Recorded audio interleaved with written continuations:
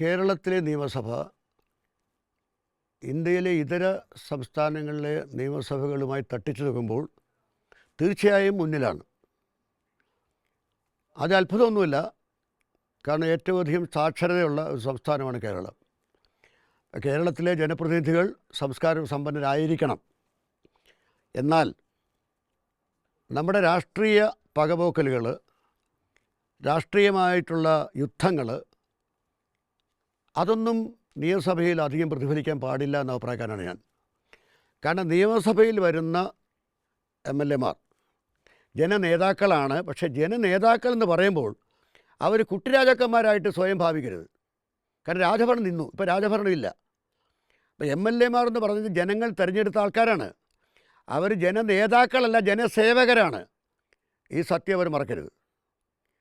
കാരണം തങ്ങളെ സേവിക്കുന്നതിന് വേണ്ടി എല്ലാവർക്കും നിയമസഭയിൽ വന്നിരിക്കാൻ പറ്റാത്തതുകൊണ്ട് ഓരോ നിയോജകമണ്ഡലത്തിലുള്ള ജനങ്ങൾ തങ്ങളെ സേവിക്കുന്നതിന് വേണ്ടി, തങ്ങൾക്ക് വേണ്ടി പ്രവർത്തിക്കുന്നതിന് വേണ്ടി ഒരു നേതാവിനെ തിരഞ്ഞെടുക്കുകയാണ്. അദ്ദേഹമാണ് MLA. നിയമസഭയിൽ നമ്മൾ പ്രവർത്തിക്കുമ്പോൾ ആദ്യം ഈ അച്ചടക്കമാണ് നമ്മളുടെ ആൾക്കാർ, നമ്മുടെ നേതാക്കൾ പാലിക്കേണ്ട ഈ അച്ചടക്കമാണ്. ഞങ്ങൾ നേതാക്കളെന്ന് വിളിക്കും, പക്ഷെ അവർ സ്വയം നേതാക്കളെന്ന് പറയരുത്. അവർ ജനസേവകരെന്നേ പറയാൻ പാടുള്ളൂ. അതാണ് ജനാധിപത്യം. യഥാർത്ഥ ജനാധിപത്യം അതാണ്.